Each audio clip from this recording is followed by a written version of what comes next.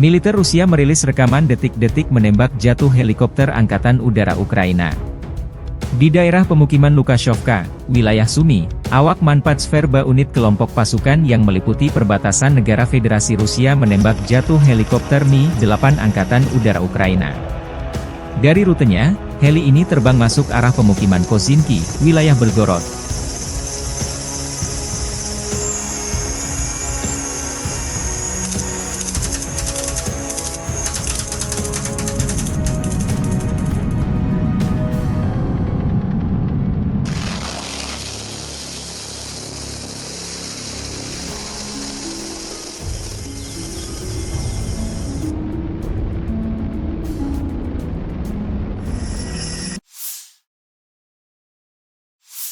Дорогі українці, українки, підсумки цього дня та тижня. Передусім вдячність нашим воїнам.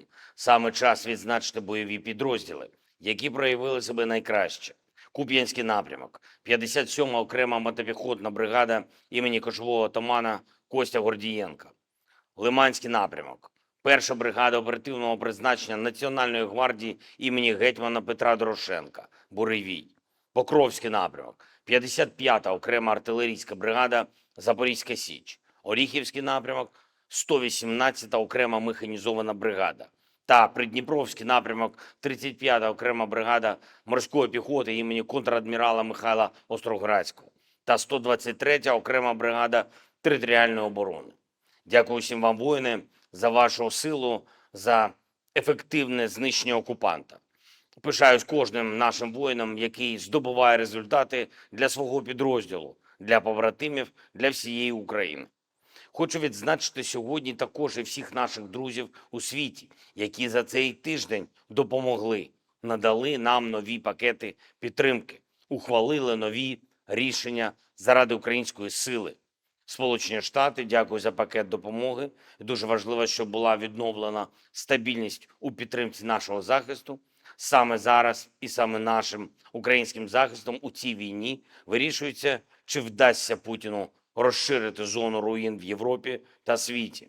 Зупинити його зараз найвигідніше для всіх. Данія. Дякую за черговий вже 16-й пакет оборонної допомоги, за артилерію, якої ми потребуємо. Німеччина. Дякую за щотижневі кроки для підтримки нашої країни та людей. Дякую усім державам, які приєднались до чеської ініціативи із закупівлі снарядів для України. Окремо я хочу відзначити Грецію за чітке розуміння загроз усім в Європі. Канада вдячна за приєднання до нашої коаліції дронів, і це зброя, яка довела свою надзвичайну ефективність. І в таких складних умовах війни недалекобійність нашої армії – це, очевидно, недалекоглядність деяких партнерів.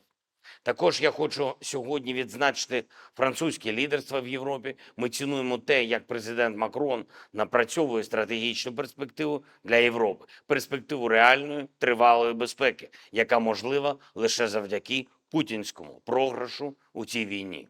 Ще одне. Цими днями російський диктатор імітує чергові вибори. Усім світі зрозуміло, що цей діяч, як було вже часто в історії, просто захворів владою і робить усе, щоб правити довічно. Немає такого зла, яке він не скоїть, щоб подовжити особисту владу. Немає нікого в світі, хто був би застрахований від цього. Дякую кожній державі, кожному лідеру, усім міжнародним організаціям, які називають і називатимуть ці речі своїми іменами. Все, що Росія робить на окупованій території України, є злочином. За все, що зроблено російськими вбивцями у цій війні та заради путінської довічної влади, має бути справедлива відплата. Він боїться найбільше тільки одного – справедливості. Жодної легітимності у цієї імітації виборів немає та бути не може.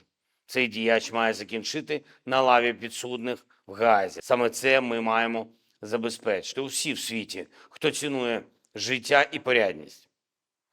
Дякую усім, хто з Україною та в Україні. Слава усім, хто б'ється та працює заради нашої держави і людей.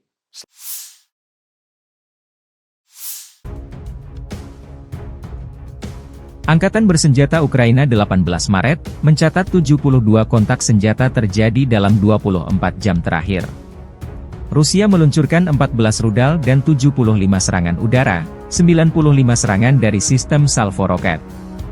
Rusia menyerang Ukraina menggunakan 22 kendaraan udara tak berawak tipe Shahed.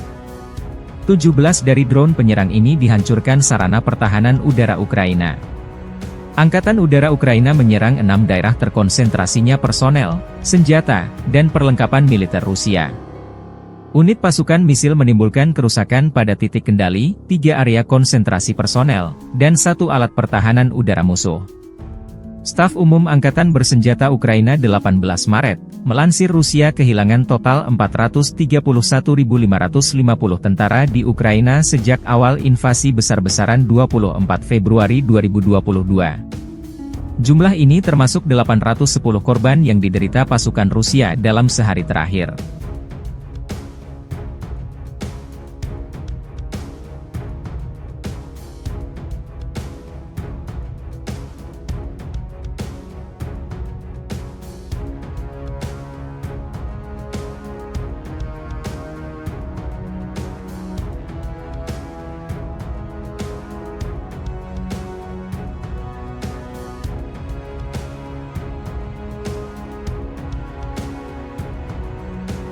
Download Tribun X sekarang, menghadirkan lokal menjadi Indonesia.